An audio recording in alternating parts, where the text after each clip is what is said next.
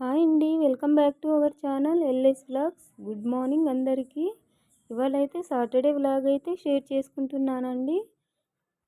ముందైతే first time కనుక video చూసినట్టయితే లైక్ చేయండి, అలాగే సబ్స్క్రైబ్ చేసుకోండి. ఏదేమైనా మనం ఎంత క్లీన్ చేసినప్పటికీ పిల్లలైతే పడుకునేసరికి అన్నీ లాగి పడేస్తుంటారండి. ఇంకా మార్నింగ్ లేచిన వెంటనే వాటన్నింటిని సర్దుకుంటాను.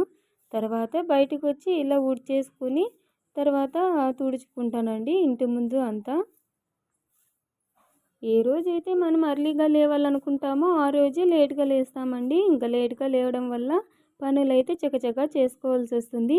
ఇక్కడైతే గడపకి పసుపు కలుపుతున్నానండి. మనం పసుపు గడపకి పెట్టేటప్పుడు అలా వాటర్తో కలిపేసుకొని పెట్టకూడదండి. కొంచెం పెరుగు గనక యాడ్ చేసి అలా మిక్స్ చేసుకొని గడపకు పెట్టినట్టయితే బాగా అతుక్కుంటుందండి. చూడడానికి కూడా కలర్ఫుల్గా కనిపిస్తుంది. చూడండి ఎంత అందంగా కనిపిస్తుందో. ఎవరికైనా తెలియకపోతే పసుపులోకి ఒక స్పూన్ కర్డ్ యాడ్ చేసుకొని ఇలా పెట్టుకోండి గడపకి, చాలా అందంగా కనిపిస్తుంది. ఇంకా నాకైతే ముందర అంత ప్లేస్ లేదండి ముగ్గు వేసుకోవడానికి. ఉన్నా కూడా అది అస్సలు ఉండట్లేదు. ఆ టైల్స్ మీద గాలికి అంతా వెళ్ళిపోతుంది. ఇంకా అందుకని నేనైతే గడప ముందు ఇలా కొంచెం పసుపు అయితే పెట్టుకొని ఆ పసుపు మీదనే చిన్నగా అలా ముగ్గు అయితే వేసుకుంటాను. ఇంకా వేద్దాం అనుకుంటే ఆ పసుపు ఇంకా ఆరలేదండి. సరేలే వంట పనన్నా కంప్లీట్ చేసేసి వద్దాము, ఆ లోపల ఆరిపోతుందని ఇంకా ఈ కిచెన్లోకి అయితే వచ్చేసానండి. తర్వాత ఒక పక్క అయితే రైస్ అయితే పెట్టుకున్నాను, ఇంకొక పక్క పప్పుకైతే ప్రిపేర్ చేస్తున్నానండి. మా ఇంట్లో వీక్లో 2-3 టైమ్స్ అయితే పప్పు ఉంటుందండి. ఎందుకంటే మా పిల్లలు ఎక్కువ సాంబారు, రసము, పప్పే తింటారండి. ఆల్మోస్ట్ నేను కూడా. అందుకని ఎక్కువ ఇవే చేస్తుంటాము. చట్నీలు అలాంటివి అస్సలు తినరు పిల్లలు. ఇంకా వాళ్ళ కోసమైనా సరే నేను కూడా ఇంకా వాటిని అలవాటు చేసుకున్నాను అన్నమాట. నాకైతే పప్పు చేసిన ప్రతిసారి అమ్మ వాళ్ళే గుర్తొస్తారండి. ఎందుకంటే వాళ్ళైతే కట్టెల పొయ్యి మీద కుండల్లో చేస్తారు కదా, అది చాలా టేస్ట్ ఉంటుంది. ఇంకా మనమైతే కుక్కర్లో, రైస్ కుక్కర్లో చేసుకోవాల్సి వస్తుంది. అవి ఎన్ని రకాల ఆకుకూరలు వేసి వండినా కూడా అస్సలు టేస్ట్ అనేది ఉండదు. ఇంకేం చేస్తాం, ఎలాగోలాగా తినక తప్పదు కదా. ఇంకా తర్వాత ఇక్కడైతే వేడి వాటర్ అయితే పెట్టుకుంటున్నాను. ఒక పక్క రైస్ అయితే కంప్లీట్ అయ్యి వచ్చింది. నాకైతే ఒక్కొక్కసారి అనిపిస్తూ ఉంటుంది, అదేంటంటే పల్లెలో ఉండేవాళ్ళు ఎంత అదృష్టవంతులో అని. ఎందుకంటే వాళ్ళు పచ్చని పొలాల మధ్య వాళ్ళకు నచ్చిన పని చేసుకుంటూ హ్యాపీగా ఉంటారు. ఏదేమైనా పల్లెలో ఉన్నప్పుడైతే తెలియదండి ఆ పల్లెలో ఉండే విలువ. సిటీకి వచ్చిన తర్వాత అర్థమవుతుంది. అసలు ఎందుకన్నా సిటీకి వచ్చామా అనిపిస్తుంది. అసలు పల్లెలో ఉండేవాళ్ళు ఎంత అదృష్టవంతులో అనిపిస్తుంది. నాకైతే చాలాసార్లు అనిపిస్తుంది అలాగా. ఇంకా ఇక్కడ పప్పు అయితే కంప్లీట్ అయిపోయిందండి. ఇంకా పోపు కూడా పెట్టేసుకున్నాను. పాప కోసం కొంచెం రసం అయితే పక్కన తీసాను, పప్పు రసము. ఏదేమైనా క్లైమేట్ అనేది చేంజ్ అవుతూ వస్తుంది కదా, అందుకని ఇంకా పిల్లలకైతే హెల్త్ ప్రాబ్లమ్స్ అయితే వస్తున్నాయండి. జలుబు దగ్గు. ఇంకా అందుకని పాపకైతే జలుబు ఉండటం వల్ల స్కూల్కి అయితే పంపించడం లేదు ఈరోజు. నేను నైట్ అయితే పూరి చేద్దాం అనుకున్నానండి టిఫిన్కి. ఇంకా పాపకి జలుబు ఉండటం వల్ల ఇంకా పూరి ఏం తింటుందిలే అని ఇడ్లీ అయితే తెప్పించాను బయట నుంచి. ఇంకా లంచ్ అయితే ప్రిపేర్ చేసేసాను కదా, ఇంకా మొత్తం బాక్స్లో పెట్టేసి బ్యాగ్లోకి పెట్టేసుకుంటున్నాను.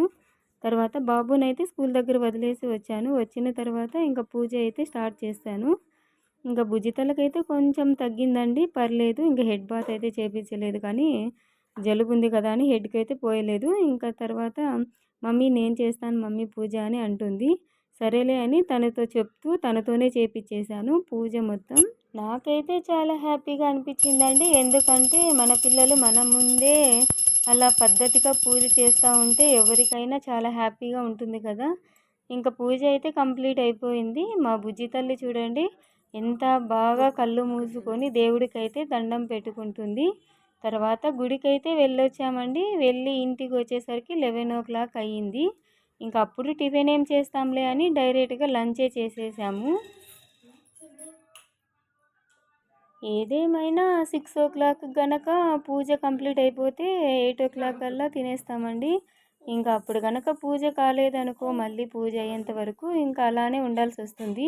నేనైతే అంతేనండి, పూజ అయ్యేంత వరకు ఏమీ తినను. ఇంక ఇక్కడ తినేసరికి ఈరోజు చాలా లేట్ అయిపోయింది.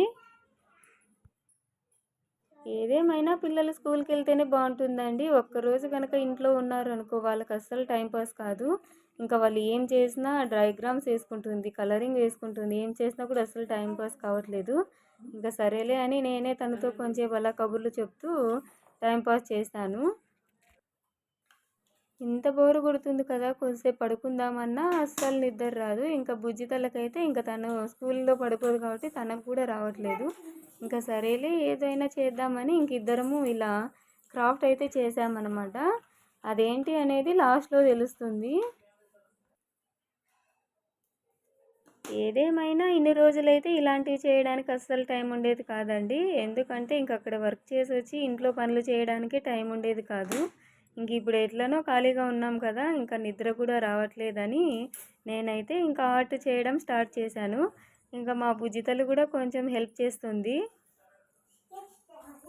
చేయడం అయితే స్టార్ట్ చేసాం కానీ అక్కడ పెయింట్ కావాల్సి వచ్చింది. కానీ ఎంత వెతికినా ఇంట్లో దొరకలేదు.